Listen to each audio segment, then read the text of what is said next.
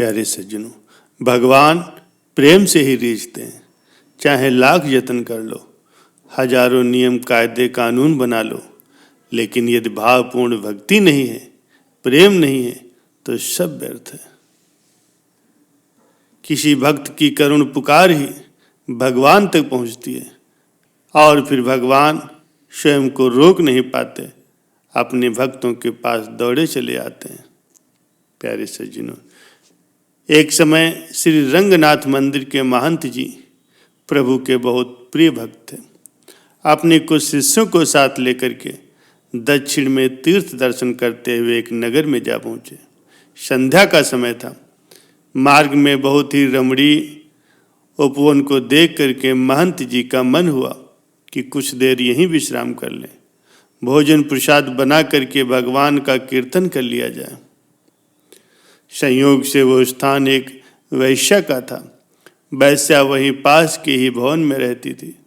महंत जी और उसके शिष्यों को इस बात का पता नहीं था कि जिस जगह वो रुके हैं, विश्राम व भोजन प्रसादी कर रहे हैं, वो स्थान एक वैश्या का है।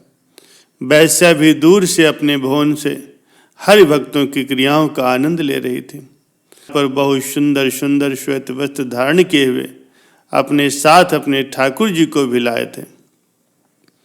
आज मानो संतों के प्रभाव मात्र से पाप आसक्त उस वैश्या के हृदय में भी प्रभु का प्रेम उत्पन्न हो रहा था।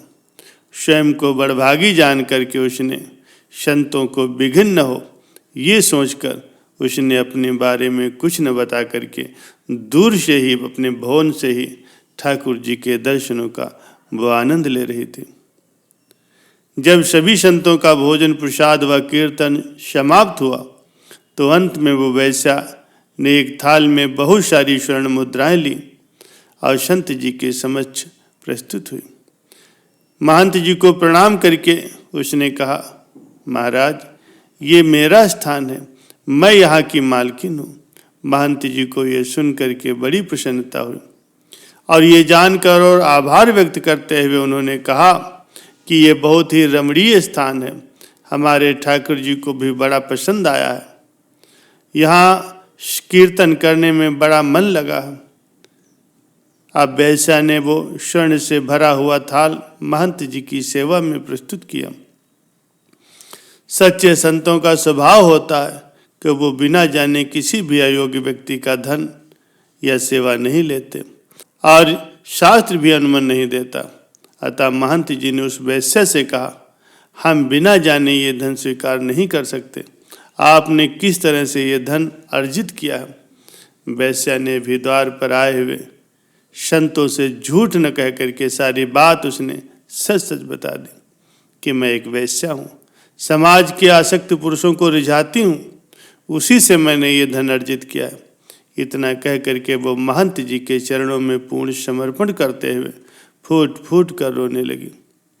वह महंत जी से श्री ठाकुर जी की भक्ति का दान देने का अनुग्रह करने लगी।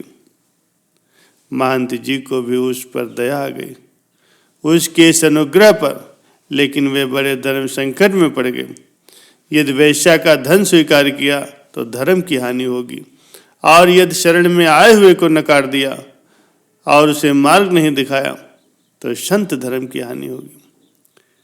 अब महंत जी ने अपने रंगनाथ जी का ध्यान किया और उन्हीं को साक्षी मान करके उस वैश्या के सामने ये शर्त रख दी। कहा कि हम तो ये धन स्वीकार नहीं कर सकते, यदि तुम हृदय से अपने इस बुरे कर्म को छोड़ना चाहती हो तो ऐसा करो, इस पाप कर्म से अर्जित की हुई सारी संपत्ति को तुरंत बेच करके जो भी धन आए उससे हमारे रंगनाथ जी के लिए एक सुंदर सा मुकुट बनवाओ। यदि हमारे प्रभु को वो मुकुट स्वीकार होगा तो समझ लेना उन्होंने तुम्हें माफ करके अपनी कृपा प्रदान की है। प्यारे सज्जनों, उस वैश्या का मन तो पहले से ही निर्मल हो चुका था। महंत जी की आज्ञा को शिरोधार्य करके वो तुरंत ही संपूर्ण संपत्ति उसने बेच दी और रंगनाथ जी के लिए 3 लाख रुपए का सुंदर मुकुट बनवाया। कुछ ही दिनों में वैश्या ने मुकुट बनवा करके अपने नगर से महंत जी के साथ ही रंगनाथ जी के मंदिर के लिए उसने प्रस्थान किया। मंदिर पहुंचते ही जब ये बात समस्त ग्रामवासियों और मंदिर के पुजारियों को पता चली कि अब वेश्या के धन से अर्जित मुकुट रंगनाथ जी जहाँ धारण करेंगे, तो सभी अपना अपना रोष व्यक्त करने लगे और महंत जी और वेश्या का मजाक उड़ाने लगे। प्यारे सज्जनों, महंत जी तो सिद्ध पुरुष थे और रंगनाथ जी के ईश्वर विदित प्रेमी भक्त भी थे, तो किसी ने उनका विरोध करने की चेष्टा नहीं की।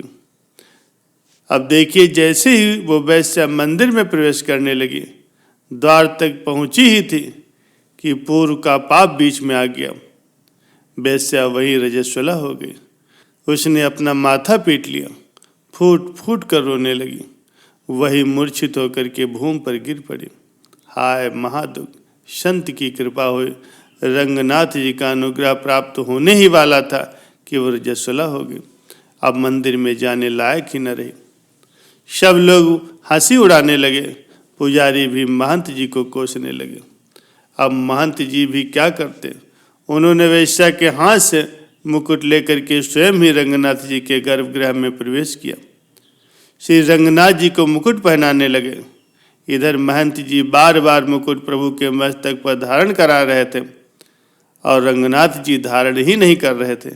मुकुट बार बार रंगनाथ जी के मस्तक से गिर जा रहा था। अब तो महंत जी भी निराश हो गए। सोचने लगे, हमसे ही बहुत बड़ा अपराध हो गया। शायद प्रभु ने उस वेश्या को स्वीकार ही नहीं किया, इसीलिए ठाकुर जी मुकुट धारण नहीं कर रहे हैं। अपने भक्त को निराश देख करके रंगनाथ जी से रहा नहीं गया। अपने श्री विग्रह से ही बोल पड़े, बाबा आप निराश मत हो। हमने तो उसी दिन ही उस वेश्या को स्वीकार कर लिया था जिस दिन आपने उसे आश्वासन दे करके हमारे लिए मुकुट बनवाने को कहा था। महंत जी ने कहा, प्रभु जब आपने स्वीकार ही कर लिया है तो फिर उस बेचारी का लाया हो मुकुट धारण क्यों नहीं कर रहे हैं? रंगनाथ जी बोले, मुकुट तो हम उसी वेश्या के ही हाथ से धारण करेंगे। इतने प्रेम से लाई है तो पहनेंगे भी हम उसी के हाथ से। और उसे तो तू बाहर ही छोड़ करके आ गया, खुद मुकुट पहना रहा है मुझको। महंत जी ने कहा, प्रभु वो तो रजस्वला हो गई है, वो मंदिर में प्रवेश नहीं कर सकती। अब तो रंगनाथ जी जिद करने लगे, उसे इसी समय लाओ, हम तो उसी के हाथ से ही मुकुट पहनेंगे। प्यारे सज्जनों, मंदिर के समस्त पुजारियों ने प्रभु की यह आज्ञा सुनी तो दांतों तले उंगलियां दबा ली। सब विस्मित हो गए। संपूर्ण मंदिर में हाहाकार मच गया। जिसने सुना वो अचंभित रह गया। रंगनाथ जी की आज्ञा को शिरोधार्य करके सैकड़ों लोगों की उपस्थिति में उस वेश्या को बहुत ही सम्मान पूर्वक मंदिर में प्रवेश करवाया गया। अपने हाथों से वेश्या रंगनाथ जी को मुकुट धारण कराने लगी। नैनों से अविरल अश्रु की धाराएं बह रही थी। कितनी अद्भुत दशा होगी, जरा सोच करके देखिए। प्रभु रंगनाथ जी भक्ति की इसी दशा का तो आनंद ले रहे थे। रंगनाथ जी का श्री विग्रह बड़ा होने के कारण ऊपर चढ़ करके उसे मुकुट पहनाना पड़ता था। भक्त के अश्रु से प्रभु के संपूर्ण मुखारविंद का तो मानो जलाभिषेक हो गया। वेश्या के मुख से शब्द नहीं निकल रहे थे। नैन अविरल अश्रु बहा रहे थे। अवर्णीय दशा थी।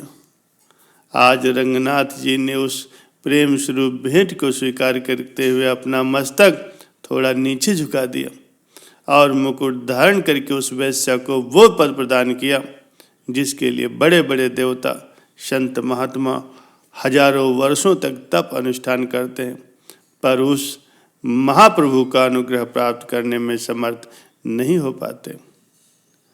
कोट कोट वंदन है ऐसे संत को जो उस अनधिकारी वेश्या पर अनुग्रह करके श्री भगवान के चरणों का उन्होंने स्मरण करवाया। वास्तव में प्रभु का ये शाश्वत सत्य स्वरूप है। सिर्फ और सिर्फ प्रेम से ही वो रिश्ते हैं। बाकी चाहे लाख यत्न कर लो, हजारों नियम कायदे कानून बना लो, परंतु यदि भावपूर्ण भक्ति नहीं है, मन में प्रेम नहीं है, तो सब व्यर्थ है। दीनदयाल करुणा निधान प्रभु तब तक किसी भक्त की करुण पुकार नहीं सुनते जब तक कि उसके अंदर सच्चा प्रेम न हो। जब सच्चा प्रेम उत्पन्न हो जाता है तो फिर प्रभु अपने आप को रोक नहीं पाते और दौड़े चले आते हैं अपने भक्तों के पास। प्रभु तो स्वयं प्रेम की डोरी में बंधने के लिए तैयार हैं, परंतु उन्हें निश्चल प्रेम से बांधने वाला कोई बिरला ही होता है।